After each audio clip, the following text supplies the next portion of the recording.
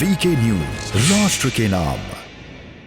आज जो भी राक्षस मेरे सनातन धर्म पर, मेरे हिंदुत्व पर अगर खतरा बन के मंडराएगा या आएगा तो मैं कुछ भी नहीं सोचूंगी। भले ही मुझे गोडसे की तरह कलंकित क्यों ना कर दो, मगर मैं शस्त्र उठाऊंगी और अपने सनातन धर्म और हिंदुत्व को बचाऊंगी। ये संसद की नहीं, धर्म संसद की तस्वीर है, इसलिए यहाँ का संविधान भी भगवा है और परिधान भी भगवा। ये धर्म संसद है।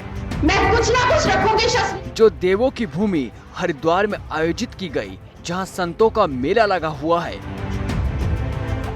जो देवों की भूमि हरिद्वार में आयोजित की गई, जहाँ संतों का मेला लगा हुआ है। एक छत के नीचे बड़े बड़े महात्मा मौजूद हैं, भगवाधारी मौजूद हैं। और इस धर्म संसद में ये विचार हो रहा है कि कैसे ये भारत हिंदू राष्ट्र बनेगा और कैसे ये आगे बढ़ेगा। अब ये बात इतने अंतर है, या तो खुद मरने को तैयार रहो या मारने को तैयार रहो, दूसरा कोई विकल्प नहीं है। यहाँ के नेताओं को, यहाँ की फौज को, यहाँ के हर हिंदू को अस्त्र उठा करके इस सफाई अभियान को करना पड़ेगा। इसके अलावा कोई दूसरा विकल्प नहीं है। इस धर्म संसद में चर्चा की गई कि कैसे जिहादियों और देश में पल रहे सपोलों से बचा जा सके और कैसे सनातन का परचम पूरे विश्व में लहराया जाए। इसलिए धर्म संसद का आयोजन हुआ। तमाम महानुभावों ने अपने अपने विचार रखे। इस धर्म संसद में शस्त्र भी थे और शास्त्र भी, और इसका परिचय दे रहे हैं ये धर्म संसद के प्रहरी। अस्त्र और शस्त्र चलाना बहुत अनिवार्य है ताकि अधर्मियों और विधर्मियों का संहार कर सके। जहां हरा झंडा गाड़ा जा चुका है, अफगानिस्तान, पाकिस्तान, बांग्लादेश आपके हाथ से हो चुका है बाहर, और शेष जो है, शेष में भी 500 पाकिस्तान में बन चुके हैं। भारत में भी 500 पाकिस्तान है। इस धर्म संसद से जहां सनातन के ज्ञान का प्रकाश फैलाया गया, वहीं कुछ लोगों को इस संसद से परेशानी होने लगी।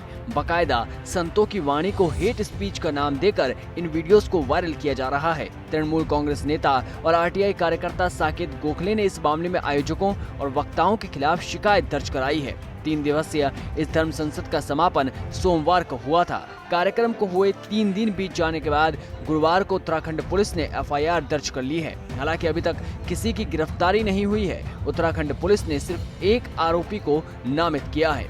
एक तरफ जहां शिकायत की गई, तो वहीं दूसरी तरफ अश्वनी उपाध्याय ने एक तस्वीर शेयर की और लिखा, संतों का संविधान देना और बचे हुए 20% संविधान के बारे में बताना अपराध है क्या? 80% भारतीय अंग्रेजी नहीं हिंदी जानते हैं, फिर हिंदी में संविधान का विरोध क्यों? 1947 तक भगवा ध्वज पर वंदे मातरम लिखा होता था, लेकिन बाद में तिरंगा हो गया। इसलिए भगवा रंग के संविधान से क्या समस्या है?